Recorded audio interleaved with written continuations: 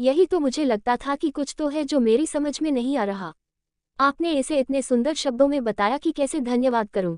आपको तो अंग्रेजी की व्याख्याता होना चाहिए था। एक शर्मीली मुस्कान खुलकर मेरे होठों पर खेल गई। वही तो मैं हूं। तभी मुझे लगा कि कमरे में चांदनी छिटक आई है। तो क्या आसमान साफ हो गया? बरस चुकी बारिश जितनी बरसनी थी। मैं कौतूहलवश उठकर खिड़की पर आ गई। बाहर का दृश्य मैं अपलक निहारती ही रह गई। कई छोटी बड़ी पहाड़ियों को गोद में लिए देवदारों से आच्छादित घाटी क्षितिज तक फैली थी। आकाश साफ नहीं हुआ था। तीव्र गति से उमड़ते घुमड़ते बादल आसमान में जाने कहाँ भागे जा रहे थे। मुझे लगा सामने मेरे मन का ही विस्तार फैला पड़ा है। लेकिन जल्द ही हवा के झोंके घुमावदार हो गए और पानी की छींटों के साथ मेरे गाल भिगोने लगे। वो फुर्ती से उठा और मुझे पहले कंबल शॉल की तरह उड़ाया, फिर फर वाला शॉल उठाकर मेरे सिर पर डालकर मेरे कानों से घुमाते हुए मुझे उसमें पूरा लपेट दिया। ओह, ये निस्वार्थ फिक्र, ऊष्मा की जाने कितनी सहने तन मन से होती हुई आत्मा में उतरती चली गई। अब बारिश निर्गुण बरसने लगी थी। बेलगाम, बेफिक्र, मस्त और अलहर किशोरी सी हवाओं ने भी लगता था सारे बंधन तोड़ दिए हों। चर्चा अंग्रेजी साहित्य से फूलों, फूलों से समूची प्रकृति, प्रकृति से प्यार और प्यार से प्लेटोनिक लव तक पहुंच गई थी।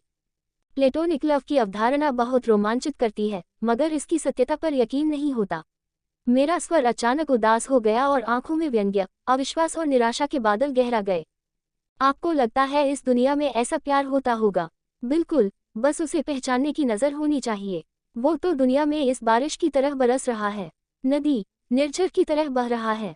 लोग उसे कटोरी में भरने की कोशिश करते हैं, जबकि उसे पाने के लिए सागर जैसा दिल चाहिए। अब हम निर्झर के नीचे कटोरी रख देंगे तो वो भर पाएगी क्या? उसने कुछ ऐसे विश्वास के साथ कहा कि मेरा विवादी मन विद्रोह कर उठा और जैसे मेरे मन पर जमे बरसों के बादल भी बरसने को आतुर हो गए। और फिर अविनाश के डोमिनेटिंग स्वभाव के कारण होने वाली घुटन और अपने ढंग से जिंदगी न जी पाने की कसमसाहट, भरे पूरे दिखने वाले जीवन में पसरा खालीपन, बरसों साथ जीने के बावजूद आत्मा का एकाकीपन, मन का एक एक कमरा कब और कैसे खुलता चला गया, पता ही नहीं चला। वाणी हर उस कोने की उपेक्षित सीलन दिखाने को आतुर हो गई थी जिसे धूप में सुखाने के लिए भी कभी मन के दरवाजे नहीं खुले थे, किसी के सामने नहीं खुले थे। कोई इस लायक लगा ही नहीं था कभी। शादी क्या है? एक समझौता ही तो है। एक जीवन का अधूरापन दूसरे जीवन के अधूरेपन के साथ समझदार समझौता कर लेता है। सोचता है कि प्यार पनप जाएगा, लेकिन नहीं, जो जुड़ता नहीं है वो हमेशा दूसरे का उपयोग करने को तत्पर रहता है, और जो टूटने से बचना चाहता है वो खुद को दूसरे के हिसाब से ढालता चला जाता है और जिंदगी इस खुशफहमी में गुजार देता है कि मुकम्मल जहां तो किसी को नहीं मिलता। अचानक एक बौछार के साथ कुछ बर्फ के टुकड़े आए और मेरे गालों और बालों की लटों पर अटक गए। तो मेरी जैसे तंद्रा सी भंग हुई। मैंने अचकचाकर खिड़की से निगाह हटाकर खुद को देखा। मेरे हाथ शॉल और कंबल से बंधे थे। तभी मेरी निगाह उसकी ओर गई। उसके चेहरे पर वही मुस्कान और बोलते जाने का अनुग्रह सा था, और वो मेरी ओर हाथ बढ़ा रहा था। तब अचानक ध्यान आया कि मैं खुद से नहीं, उससे बात कर रही हूँ। मैं भूल गई कि मुझे हाथ बाहर निकालकर चेहरे से बर्फ पोंछनी है। मैं कहाँ हूँ, किससे बात कर रही हूँ, कितना कुछ बोल गई हूँ, ये क्या हो गया था मुझे? मेरे चेहरे पर तीव्र गति से भागते बादलों की तरह जाने कितने भाव आने जाने लगे। मेरी आंखों में दो मोटी बूंदें छलक पड़ी। ओह, इतनी ठिठुरती ठंड में ये कौन सी तपिश थी जिसने मेरे हृदय में जमी पीर को वाष्पित कर दिया था? बाहर के तूफान से बचने के लिए ये कौन सा तूफान मोल ले लिया था मैंने? शायद मेरे भाव मेरे चेहरे पर पड़ लिए थे उसने, और फिर जैसे मेरी असहजता को सहजता में बदलने की खामोश प्रतिबद्धता आपकी विस्तारित आंखों में ओस की पहली बूंद सा तारल्य है, स्निग्ध होंठों पर दुनिया की सबसे सुंदर मुस्कान, चेहरे पर बालपन सी कौतूहल भरी मासूमियत और पूरे व्यक्तित्व में उन्मुख पंछियों सी सहजता है, बिल्कुल वर्ड्सवर्थ की नायिका की तरह प्यारी सी, सहज, सरल, निर्भय, निर्द्वंद्व और निश्चल। आपसे मिलने से पहले मैं भी कई समीक्षकों की तरह यही सोचता था कि वर्ड्सवर्थ की प्रेयसी या नायिका वास्तविकता न होकर सिर्फ उनकी कल्पना थी, मगर आपको देखा तो यकीन आ गया कि कोरी कल्पना नहीं है वो सम्मोहक सौंदर्य। और मेरा मानना है कि आपके शरीर का ये सौंदर्य आपके खूबसूरत मन का ही प्रतिबिंब है।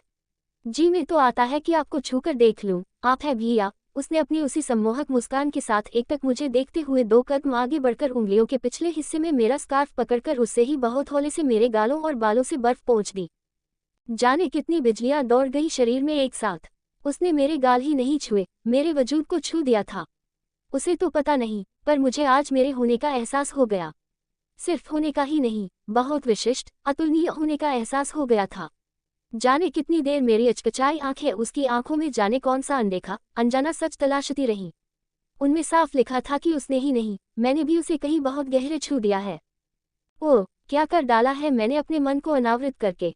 मुझे लगा मेरी आंखें किसी आस्त खतरे से सहम गई है, फिर लगा नहीं, वो किसी किशोरी की भांति प्रथम प्रणय के प्रथम स्पर्श के भार से झुक गई है। मैं अपने गालों पर दहकते अंगारे महसूस कर रही थी, पर नहीं जानती थी कि वो भय से आरक्त थी या लज्जा से।